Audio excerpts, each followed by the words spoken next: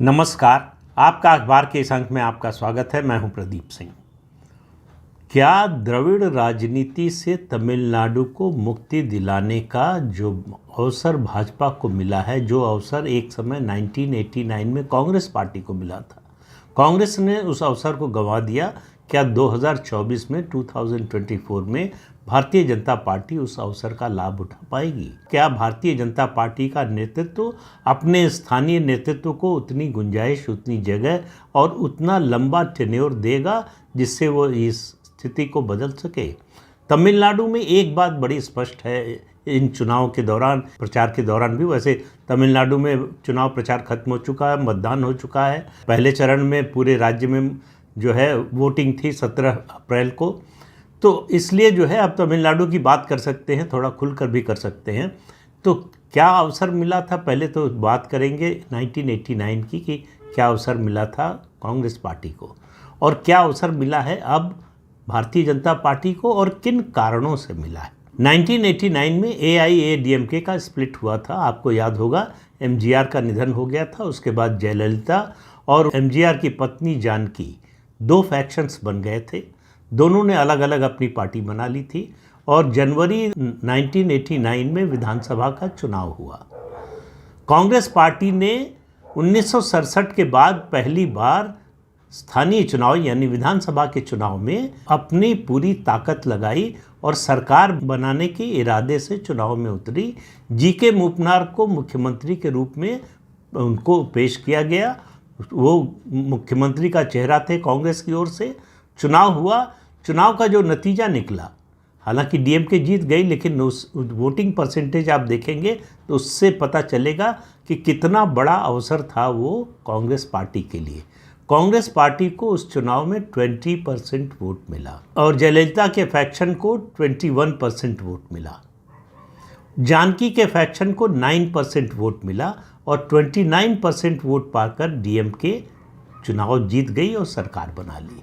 वहाँ से द्रविड़ राजनीति ने एक नया टर्न ले लिया। वो एक इन्फ्लेक्शन पॉइंट था, बल्कि मैं कहूँगा वो दूसरा इन्फ्लेक्शन पॉइंट था द्रविड़ राजनीति का। पहला था 1967 में, तो थोड़ा सा उसकी भी बात कर लें। राजा जी के बारे में आप जानते हैं, राजगोपालाचारी के बारे में। उनका और कामराज का 36 का आंकड़ा था, दोनों में नहीं पड़ती थी और दोनों तमिलनाडु से थे, तमिलनाडु की राजनीति में थे। बड़े प्रभावशाली राष्ट्रीय नेता थे दोनों कांग्रेस पार्टी के।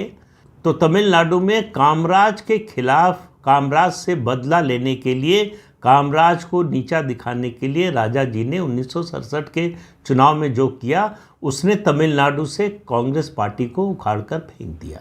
उन्होंने 1967 का जो विधानसभा चुनाव हुआ, आज़ादी के बाद से 1962 तक लगातार कांग्रेस पार्टी वहाँ चुनाव जीतती रही और सरकार बनाती रही।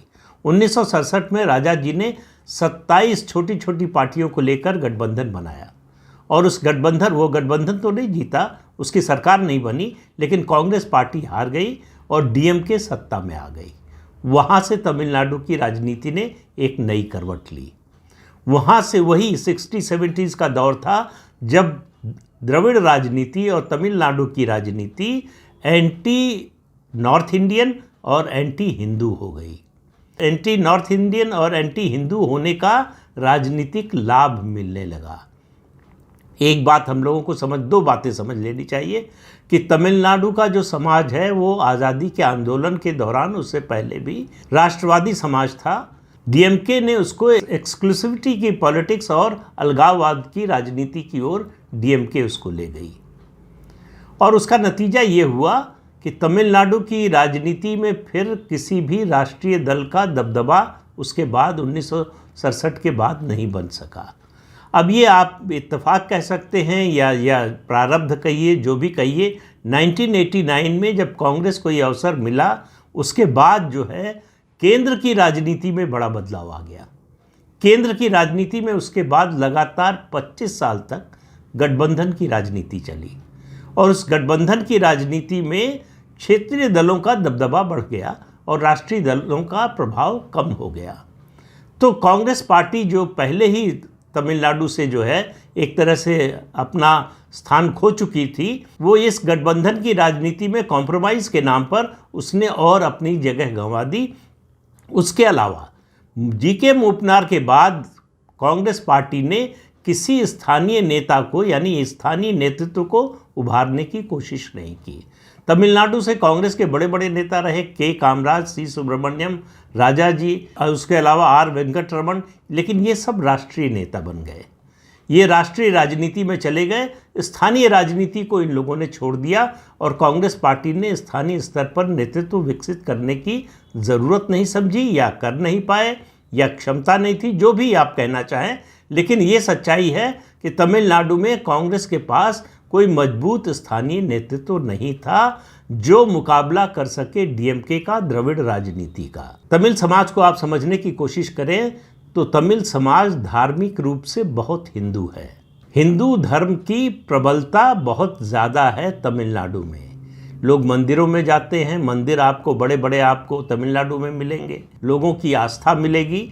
लेकिन तमिल समाज राजनीतिक हिंदू नहीं है, वो बनने नहीं दिया डीएमके ने। राजनीति से तमिल समाज को हिंदुत्व की राजनीति से डीएमके ने दूर रखा। उसके कारण कांग्रेस नहीं बढ़ पाई और कांग्रेस ने वो रास्ता छोड़ भी दिया। कांग्रेस इस गठबंधन की राजनीति करते करते एक तरह से द्रविड़ राजनीति जो थी अलगाववाद की, anti Hindu, anti north India, उसी का हिस्सा बन गई। अभी हाल ही में कांग्रेस पार्टी के वरिष्ठ नेता हैं EKS इलंगोवन, उन्होंने जो बयान दिया उससे आपको कांग्रेस की स्थिति, उसकी मनस्थिति, प्रवृत्ति और उसकी जो दशा है वो समझ में आएगी। उन्होंने कहा DMK means Congress, Congress means DMK, यानी कांग्रेस पार्टी तमिलनाडु में डीएमके का एक हिस्सा बन गई है, उसका पिछलग्गू बन गई है, पुछल्ला बन गई है, उसकी अपनी अलग पहचान खत्म हो चुकी है। तो इसलिए तमिलनाडु की राजनीति में अब कांग्रेस की कोई बड़ी भूमिका आने वाले समय में होने वाली नहीं है। तो 1989 से ये जो दौर चला क्षेत्रीय दलों का, उसमें राष्ट्रीय दलों के नाम पर 3 दल थे। एक कांग्रेस पार्टी, भारतीय जनता पार्टी, बीच में कुछ समय जनता दल। तीनों ने अलग अलग समय पर अपनी सुविधा के अनुसार, अपनी राजनीतिक ज़रूरत के हिसाब से कभी डीएमके से, कभी AIADMK से समझौता किया और द्रविड़ राजनीति इस तरह से फलती फूलती रही। लेकिन परिस्थिति बदली है 2 नेताओं के निधन के बाद। एक M करुणानिधि जो डीएमके के नेता थे, सर्वेसर्वा थे, और J जयललिता जो AIADMK की, अन्ना द्रमुक की नेता थी। दोनों बहुत लोकप्रिय नेता थे, जनाधार वाले नेता थे। करुणानिधि के वारिस हैं MK स्टालिन, जनाधार वाले नेता हैं, इससे कोई इनकार नहीं कर सकता। लेकिन उनमें वो क्षमता नहीं है जो करुणानिधि में थी कि समय के अनुसार द्रविडियन राजनीति को कैलिब्रेट कर सके। ये खूबी करुणानिधि में थी जो स्टालिन में नहीं है। अगर स्टालिन में होती तो वो बदलते हुए समय की आवाज़ सुनते और ए राजा और उदयनिधि स्टालिन ने जो बयान दिए हिंदुत्व के खिलाफ, सनातन धर्म के खिलाफ, वो बयान कभी न देने देते आज अगर करुणानिधि जीवित होते। दूसरी तरफ AIADMK अन्ना द्रमुक है, जो उसमें भी स्प्लिट हो चुका है। जयललिता के बाद वहाँ कोई लीडरशिप बची ही नहीं है। OPS और EPS की आपस की लड़ाई में अन्ना द्रमुक जो है एक तरह से हाशिए की पार्टी बनती जा रही है। इस चुनाव में अभी वो पूरी तरह से हाशिए पर नहीं जाएगी, लेकिन उसी रास्ते पर बहुत तेज़ी से जा रही है। और ऐसे में जो 1989 में अवसर मिला था कांग्रेस पार्टी को, वही अवसर मिला है भारतीय जनता पार्टी को। भारतीय जनता पार्टी के साथ सबसे बड़ी जो अच्छाई है, सबसे बड़ा जो प्लस पॉइंट है कि उसके पास के अन्नामलाई के रूप में एक स्थानीय नेतृत्व है जो राष्ट्रवाद की बात करता है, जो हिंदुत्व की बात करता है, जो नॉर्थ साउथ के डिवाइड का विरोध करता है। और भारतीय जनता पार्टी, आपने देखा होगा प्रधानमंत्री नरेंद्र मोदी का कैंपेन चुनाव की अधिसूचना से पहले भी और चुनाव की अधिसूचना के बाद भी, जिस तरह से उन्होंने तमिल समाज से अपने को जोड़ने की कोशिश की, किस तरह से मोदी परसेप्शन बदलने में कामयाब होते हैं, इसका सबसे बड़ा उदाहरण है तमिलनाडु की राजनीति। 2014 और 2019 में नारा लगता था, मोदी जाते थे, मोदी गो बैक। अब 2024 में जब मोदी 23-24 में जा रहे हैं, मोदी तमिलनाडु जा रहे हैं, तो उनके स्वागत में लोग पलक पावड़े बिछाते हैं। अब उनका स्वागत होता है। ये परसेप्शन बदला है मोदी ने अपने बारे में, अपनी पार्टी के बारे में। तो इतने कम समय में उन्होंने जिस तरह से परसेप्शन बनाया, बदला, उसमें उनका बहुत बड़ा योगदान है। जिस तरह से अंतर्राष्ट्रीय मंचों पर तमिल समाज, तमिल भाषा, तमिल संस्कृति की बात उन्होंने की, लेकिन उन्होंने सांस्कृतिक राष्ट्रवाद का मुद्दा छोड़ा नहीं, उन्होंने हिंदुत्व का मुद्दा छोड़ा नहीं, उन्होंने सनातन धर्म पर कभी वो डिफेंसिव नहीं हुए।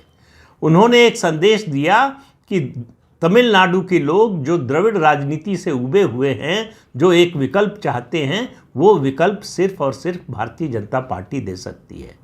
इस रूप में AIADMK से, अन्ना द्रमुक से जो गठबंधन नहीं हुआ भाजपा का, मैं उसको एक तरह से जो है वो वरदान मानता हूँ कि वो द्रविड़ राजनीति से अपने को अलग करने का सबसे अच्छा मौका और एक तरह से प्रमाण मिला कि अन्ना द्रमुक से भारतीय जनता पार्टी ने गठबंधन नहीं किया। और आप पूरे इलेक्शन कैंपेन को अगर देखेंगे, ध्यान से अगर देखेंगे, तो तमिलनाडु में MK स्टालिन को बीजेपी ने मजबूर कर दिया कि वो अन्ना द्रमुक की बजाय हमला करें भारतीय जनता पार्टी पर, क्योंकि द्रमुक चाहती थी कि उसकी प्रतिद्वंदी अन्ना द्रमुक हो। वो एक तरह से जो है द्रविड़ राजनीति के दोनों हिस्से हैं, दो अलग अलग सिक्के हैं, और आपस में लड़ाई हो, दोनों में से कोई एक जीत जाए तो द्रविड़ राजनीति जीवित रहेगी। लेकिन इसमें बदलाव का सिलसिला आज नहीं शुरू हुआ, इसमें बदलाव का सिलसिला जयललिता का नेतृत्व आने के बाद शुरू हुआ। जयललिता ने तमिलनाडु की राजनीति में हिंदू धर्म, हिंदू रीति रिवाज, हिंदू पूजा पद्धति, इसको जो है वो ज़मीन पर उतारा और उन्होंने इसको जो है वो आगे बढ़ाया और इसको एक तरह से सामाजिक मान्यता दिलाई। द्रविड़ राजनीति के चलते जो 60s और 70s की राजनीति थी, जो इसके प्रति एक हिकारत का भाव, घृणा का भाव आ गया था, उसको दूर करने में जयललिता का बड़ा योगदान रहा, जिसका फ़ायदा आज भारतीय जनता पार्टी को मिल रहा है। भारतीय जनता पार्टी पहली राष्ट्रीय पार्टी होने जा रही है 2024 के चुनाव में, 1967 के बाद, बल्कि कहें कि 1989 के बाद। 1989 में जो अवसर मिला था कांग्रेस पार्टी को, वो अवसर बीजेपी को मिला है और इस चुनाव में बीजेपी 20% से ज़्यादा वोट लेकर आती हुई दिखाई दे रही है। उसको सीटें कितनी मिलेंगी, 3, 4, 5 या गठबंधन के साथियों के साथ मिलाकर जो मैक्सिमम अनुमान लगाया जा रहा है कि वो डबल डिजिट में भी जा सकती है।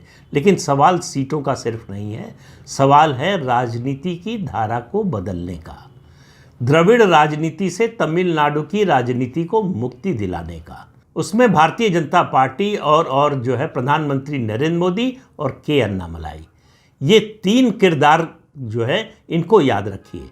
प्रधानमंत्री नरेंद्र मोदी और के अन्नामलाई को मिलाकर हमारे एक मित्र हैं, बहुत सीनियर जर्नलिस्ट हैं, उन्होंने नाम दिया है मोदी मलाई। तो मोदी मलाई जो है वो तमिलनाडु की राजनीतिक दिशा बदलने जा रही है, ये साफ साफ दिखाई दे रहा है। आप इस पर मत जाइए कि किसको कितनी सीटें मिलेंगी, DMK नंबर 1 पार्टी होगी, इसमें कोई दो राय नहीं है। लेकिन DMK की राजनीति को पहली बार, यानी द्रविड़ राजनीति को पहली बार चुनौती अगर मिल रही है, एक चुनौती का मौका 89 में था जो कांग्रेस ने खो दिया, अब 2024 में बीजेपी को जो मौका मिला है, बीजेपी खोने वाली नहीं है, क्योंकि उसके पास राष्ट्रीय नेतृत्व भी है और स्थानीय नेतृत्व भी है। और ये जो है नेतृत्व काफ़ी लंबे समय तक चलने वाला है, ये 6 महीने, साल भर, 2 साल वाला नेतृत्व नहीं है। और के अन्नामलाई जिस तरह से तमिलनाडु की राजनीति में लोकप्रिय हुए हैं और भारतीय जनता पार्टी की विचारधारा को जिस तरह से स्थापित करने की कोशिश की है, वो DMK के लिए आने वाले समय में सबसे बड़ी चुनौती है। 1989 के बाद जैसे तमिलनाडु की राजनीति से कांग्रेस की भूमिका, मतलब प्रमुख दल के रूप में उसकी भूमिका समाप्त हो गई थी, उसी तरह से 2024 के बाद अन्ना द्रमुक की भूमिका समाप्त होने वाली है। तो तमिलनाडु में 2 ध्रुवीय राजनीति होने जा रही है, एक तरफ DMK होगी और दूसरी तरफ जो है बीजेपी होगी। और बीजेपी के जो गठबंधन के, सामाजिक गठबंधन के साथी हैं, वो जैसे जैसे ज़्यादा उसमें जुड़ाव होता जाएगा, जैसे मजबूत होते जाएंगे, द्रमुक की स्थिति और कमज़ोर होती जाएगी। और मैं फिर कह रहा हूँ कि MK स्टालिन एम करुणानिधि नहीं है। इसलिए एम के स्टालिन के बस का नहीं है उस द्रविडियन पॉलिटिक्स को रिकैलिब्रेट करना आज के समय के अनुसार और उसको आज के समय के अनुसार प्रासंगिक बनाना। तो प्रासंगिक नहीं बना पाएंगे तो समय के अनुसार पिछड़ते जाएंगे और ये होता हुआ दिखाई दे रहा है। इसकी शुरुआत 2024 से हो रही है और इस विभाजन को और शार्पन करने के लिए और तीखा बनाने के लिए आपने देखा होगा कि पूरे चुनाव के दौरान प्रधानमंत्री नरेंद्र मोदी ने एक भी बयान अन्ना द्रमुक के खिलाफ नहीं दिया। वो नहीं चाहते थे कि ये जो लड़ाई है डीएमके बनाम बीजेपी उसका फोकस जरा भी इधर उधर खिसके। वो इस लड़ाई को सीधे सीधे डीएमके बनाम बीजेपी बनाना चाहते थे। हालांकि डीएमके बड़ी ताकत है आज भी तमिलनाडु की राजनीति में, लेकिन तमिलनाडु की राजनीति धीरे धीरे सांस्कृतिक राष्ट्रवाद की ओर मुड़ रही है और हिंदू पॉलिटिसाइज हो रहा है। तो हिंदू अगर पॉलिटिसाइज होगा, हिंदुत्व की राजनीति अगर समाज का हिस्सा बनेगी तो ये परिवर्तन की जो प्रक्रिया है ये और तेज हो जाएगी। तो फिर इसी बात पर बात अपनी ख़त्म करता हूँ कि क्या भारतीय जनता पार्टी 2024 में उस अवसर का लाभ उठाने में कामयाब होगी जिस अवसर को 1989 में कांग्रेस पार्टी ने गंवा दिया था। और मुझे लगता है कि वो कामयाब होगी इसलिए कि उसका स्थानीय नेतृत्व और राष्ट्रीय नेतृत्व दोनों बिल्कुल फोकस्ड हैं। उनको अपना लक्ष्य मालूम है और उस लक्ष्य पर किस रास्ते पर चलकर पहुंचना है ये भी बहुत स्पष्ट है। वहाँ कोई कन्फ्यूजन नहीं है और कोई शॉर्ट टर्म जो है वो योजना नहीं है, लॉन्ग टर्म पर काम कर रहे हैं और उनको सफलता मिलेगी ऐसा होता हुआ अभी से नज़र आ रहा है। तो इस अंक में इतना ही, अगले अंक में फिर मिलेंगे किसी नए मुद्दे के साथ। तब तक के लिए अनुमति दीजिए। आपसे अनुरोध है कि ये चैनल देखिए, शेयर कीजिए, लाइक कीजिए और सब्सक्राइब जरूर कीजिए। नमस्कार।